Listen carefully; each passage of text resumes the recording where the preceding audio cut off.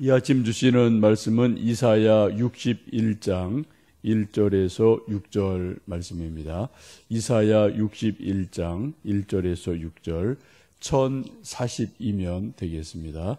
함께 합독하십니다. 주 여호와의 영이 내게 내리셨으니 이는 여호와께서 내게 기름을 부으사 가난한 자에게 아름다운 소식을 전하게 하려 하심이라. 나를 보내사 마음이 상한 자를 고치며 포로된 자에게 자유를, 갇힌 자에게 노임을 선포하며 여호와의 은혜의 해와 우리 하나님의 보복의 날을 선포하여 모든 슬픈 자를 위로하되 무릇 시온에서 슬퍼하는 자에게 화관을 주어 그 죄를 대신하며 기쁨의 기름으로 그 슬픔을 대신하며 찬송의 옷으로 그 근심을 대신하시고 그들이 의의 나무 곧 여호와께서 심으신 그 영광을 나타낼 자라 일컬음을 받게 하려 하심이라. 그들은 오래 황폐하였던 곳을 다시 쌓을 것이며 옛부터 무너진 곳을 다시 일으킬 것이며 황폐한 성읍 곧 대대로 무너져 있던 것들을 중수할 것이며 외인은 서서 너희 양떼를 칠 것이요 이방 사람은 너희 농부와 포도원 지기가 될 것이나 오직 너희는 여호와의 제사장이라 일컬음을 받을 것이라. 사람들이 너희를 우리 하나님의 봉사자라 할 것이며 너희가 이방 나라들의 재물을 먹으며 그들의 영광을 얻어 자랑할 것이니라. 아멘. 본문 이사야 61장은 아주 유명한 하나님의 말씀입니다. 이 말씀은 신약으로 가면은 누가복음 4장에서 예수님께서 그대로 인용하시면서 예수님 생애 첫 설교를 이사야 61장 이 본문 말씀을 가지고 설교를 하십니다. 우리가 대통령도 당선되고 나서 첫 설명을 하고 소위 연두교서를 하게 되면은 온 백성이 거의 다 그 첫 연설은 듣습니다. 왜요? 한 몇 년간의 대통령이 나는 이렇게 나라를 섬기겠습니다. 이런 그림을 가지고 있습니다. 이런 것을 이제 발표하는 것이 첫 연설이기 때문에 뭐 지지했던 사람이든 반대했던 사람이든 다 관심을 갖고 대통령의 첫 설교, 첫 연설을 잘 귀담아 듣죠. 근데 그 다음에는 뭐 거의 이렇게 새로운 것이 없기 때문에 이렇게 잘 듣지 않는 것 같습니다. 또 오늘 본문의 말씀은 대통령의 연두교서보다도 더 위대한 하나님의 아들, 만왕의 왕이신 예수님이 첫 설교하신 것이기 때문에 내가 이처럼 하나님의 일을 이렇게 합니다라는 그러한 큰 그림을 말씀해 주신 것이기 때문에 아주 중요한 의미를 갖습니다. 예수님의 공생애를 보면 먼저 세례를 받으시죠. 그리고 40일간 광야에서 금식을 하시며 마귀의 시험을 당하시고 이기는 일이 있습니다. 그리고 나서 첫 데뷔 설교처럼 첫 설교하시는 것이 누가복음 4장에 나오는데 바로 이 이사야 61장 말씀을 그대로 인용하셔서 하십니다. 누가복음을 보시면은 예수님이 첫 설교하신 곳은 회당으로 되어 있습니다. 반면 세례 요한은 설교한 곳이 빈들 광야에서 설교를 한 것으로 주로 나오게 되죠. 그러나 예수님께서는 회당에서 말씀을 전하게 됩니다. 성경을 보시면 또 회당에 가셨을 때 성경 두루마리로 된 성경을 건네드리자 예수님이 쭉 두루마리를 펴서 일부러 이 이사야 61장이 있는 말씀을 찾으셔서 일부러 이 말씀을 읽으신 것으로 누가복음은 기록을 하고 있습니다. 이것을 보면 예수님이 그냥 아무데나 이렇게 우리가 뭐 성경 이렇게 아무데나 펴서 읽는 것이 아니라 좀 예수님이 의도적으로 생각이 있으셔서 일부러 이사야 61장 이곳을 찾아서 말씀을 하시고 설교하신 것을 봅니다. 그래서 이 본문이 아주 짧지만 아주 깊은 말씀, 하나님이 하실 일, 예수님의 사역, 이 모든 것을 함축적으로 담고 있는 말씀인 것을 보게 되죠. 우리 1절 말씀 다시 한번 좀 읽어 보시겠습니다. 1절, 2절 말씀 읽어 보시겠습니다. 주 여호와의 영이 내게 내리셨으니 이는 여호와께서 내게 기름을 부으사 가난한 자에게 아름다운 소식을 전하게 하려 하심이라. 나를 보내사 마음이 상한 자를 고치며 포로된 자에게 자유를, 갇힌 자에게 노임을 선포하며 여호와의 은혜의 해와 우리 하나님의 보복의 날을 선포하여 모든 슬픈 자를 위로하되. 첫 번째 말씀 보시면 여호와의 영이, 성령께서 예수님에게 임하셨다라고 말씀하죠. 또 내게 기름을 부으셨다라고 말씀을 하십니다. 예수님의 사역의 첫 번째 모든 것을 보면 성령님이 임하셨음을 보게 됩니다. 세례 요한에게 요단강에서 세례를 받으실 때도 하늘이 열리고 하늘로부터 하나님의 음성이 들려오고 비둘기 같은 성령이 예수님에게 임하셨다라고 말씀을 하죠. 또 40일간 광야에서 금식 기도하실 때도 성령에 이끌리어 금식하며 기도하셨다라고 말씀을 합니다. 성령님 없는 예수님의 일생, 탄생, 예수님의 사역, 이것은 상상할 수가 없어요. 우리가 언뜻 보기에 예수님은 하나님의 아들이시니까 그냥 성령님 도움 없이도 그냥 혼자서 다 이렇게 저렇게 혼자서 하실 수 있겠지라고 생각할지 모르지만 성경을, 복음서를 잘 보시면 예수님께서 기도를 얼마나 하셨는지 모릅니다. 분명히 그 기도 가운데 성령님으로 충만하기를 기도하셨음에 틀림이 없고 예수님의 중요한 그 사역 안에 성령이 함께 하셨다라는 기록을 우리가 볼 수 있겠습니다. 이제 이 성령님으로 인해서 하나님의 일을 시작한 예수님께서 하신 일이 가난한 자에게 아름다운 소식을 전한다라고 말씀을 하죠. 이 아름다운 소식을 우리가 굿뉴스라고 이제 말하고 복음이라고 말합니다. 이 굿뉴스, 좋은 소식의 내용이 문자 그대로 가난한 자, 물질적으로 가난한 자, 영적으로 가난한 자 다 포괄하는 그러한 말씀이죠. 이런 가난한 자에게 귀한 아름다운 소식을 전한다라고 말씀하시고요.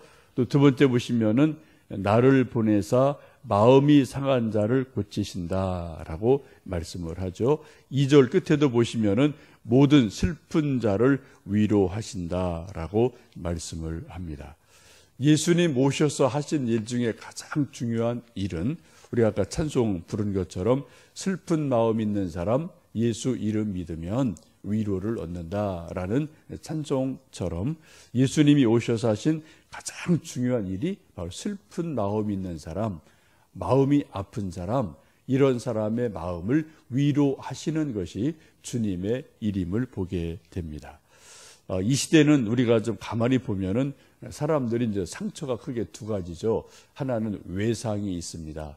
뼈가 부러지든지 교통상으로 어디가 찢어지든지 이런 외상들이 있어서 병원에 가면, 외과에 가면은 먼저 뼈를 붙여주고 또 꼬매주어서 외상이 치유가 되는데, 옛날이나 지금이나 우리 사람들이 상처받은 것은 외상보다 내상이 더 많은 것 같아요. 이게 마음의 병이 더 많은 것 같죠. 속병이 더 많아요. 그래서 속상한다, 슬프다, 근심이 돼, 염려가 많아, 걱정이 많아, 이런 것들이 현대인들에게 훨씬 더 많은 것 같습니다. 혹시 여러분 어떠십니까? 좀 속이 편안하십니까? 아니면 좀 속이 상해 있지는 않으십니까? 이런저런 일 때문에 속이 상해 있지 않으신지 모르겠는데, 예수님 오신 이유가 뭐라고요? 우리 슬픈 사람들을 위로하시려고, 마음이 상한 자를 고치시기 위해서 예수님께서 오셨다라고 말씀을 합니다. 혹시 여러분 남이 알든 모르든 속 상한 것, 또 마음이 아픈 것, 슬픈 것이 있다면 왜 내가 슬프지? 왜 내가 속이 상해 있지? 왜 내가 마음이 이렇게 편안하지 않지? 라고 한번 속을 가만히 들여다보시면 우리 속도 조금 보이게 돼 있어요. 우리 인간은 영적인 존재이고 내 자신이 영적인 존재이기 때문에 깊이 내 안을 묵상하고 성찰하고 가만히 관찰해 보면은 내가 속상한 이유가 몇 가지 보입니다. 뭐 100%다 보이지 않아도요. 우리 의사들이 사람이 오면 이렇게 쭉 관찰하고 진찰하면은 병 원인을 대충은 잡아내지 않습니까?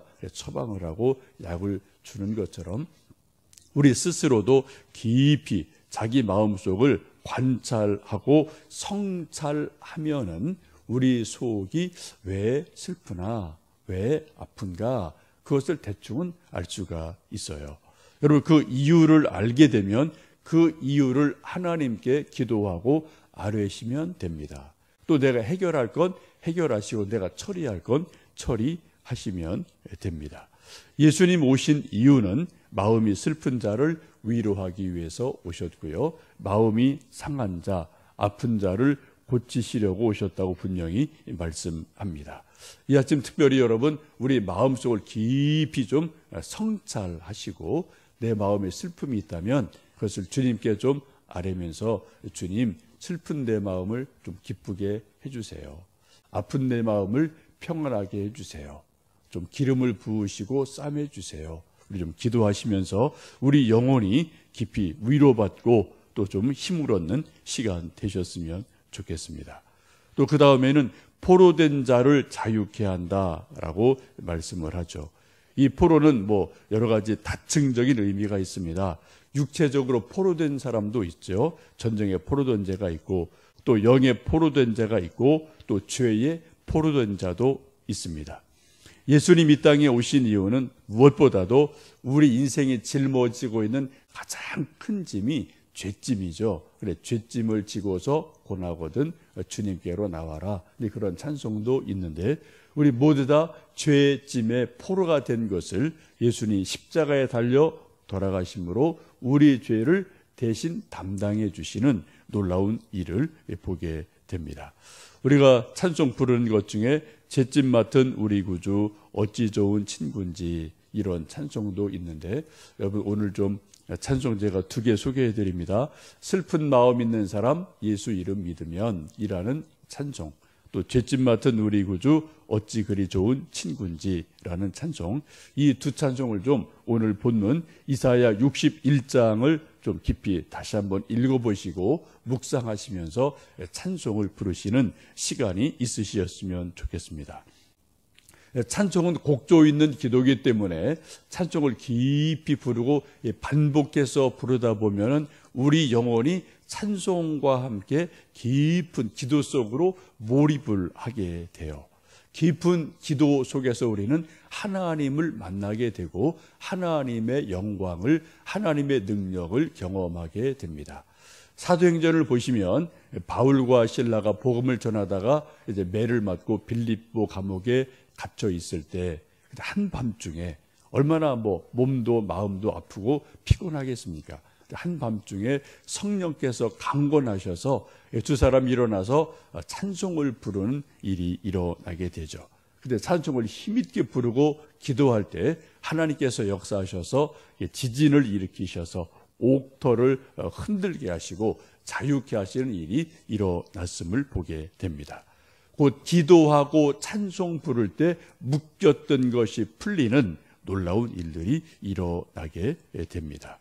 오늘 여러분 좀 이런저런 일과가 있으시겠지만 좀 시간을 내셔서 죄짐 맡은 우리 구주 아니면 슬픈 마음 있는 사람 이 찬송을 좀 오며 가며 깊이 좀 반복적으로 부르시고요. 그 찬송 안에서 하나님의 자유케 하시는 은혜를 누리셨으면 좋겠습니다. 이런 것을 한마디로 오늘 말씀을 보시면 2절 보시면 여호와의 은혜해를 선포하려 하심이라 라고 말씀합니다. 그래서 은혜해는 기쁨의 해, 또 다른 말씀으로 드리면 희년이라고 보시면 됩니다. 희년은 안식년이 7번 되는 해인 50년째를 말하게 되는데 이때 이제 쇼파르라는 양각 나팔을 불게 되면 모든 이스라엘 백성은 자유함을 얻게 됩니다. 혹시 노예로 팔려갔던 사람도 조건 없이 무조건 자유인이 되고요. 또 빚을 얻어서 빚쟁이 된 사람도 빚이 다 탕감이 돼요. 또 뭐 전당 잡았던 집이나 옷이나 놓은 밭도 다 원래 주인에게로 아무런 조건 없이 다 원래 주인에게로 돌아가는 일이 일어나는 것이 희년이라는 그런 해입니다. 곧 기쁨이죠. 그래서 모든 것이 다 자유하게 되고 원래대로 돌아간다, 이런 것인데, 지금 예수님께서 오셔서 하신 일이 바로 은혜해에 희년을 선포하시는 일이 일어납니다.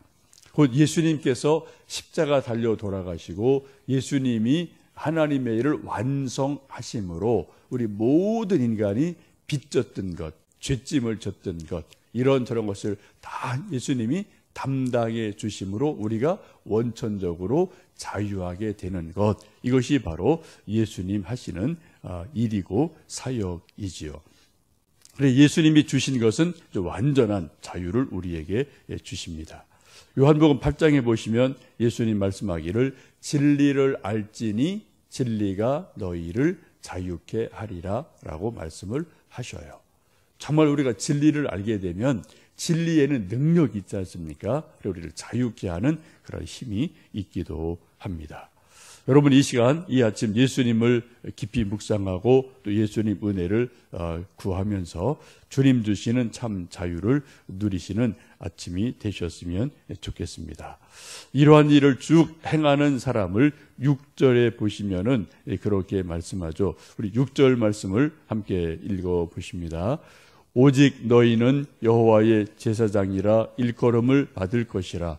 사람들이 너희를 우리의 하나님의 봉사자라 할 것이며 너희가 이방 나라들의 재물을 먹으며 그들의 영광을 얻어 자랑할 것이니라 라고 말씀하죠. 여기 두 단어가 나오는데 여호와의 제사장, 하나님의 봉사자라 할 것이다 라고 말씀을 합니다.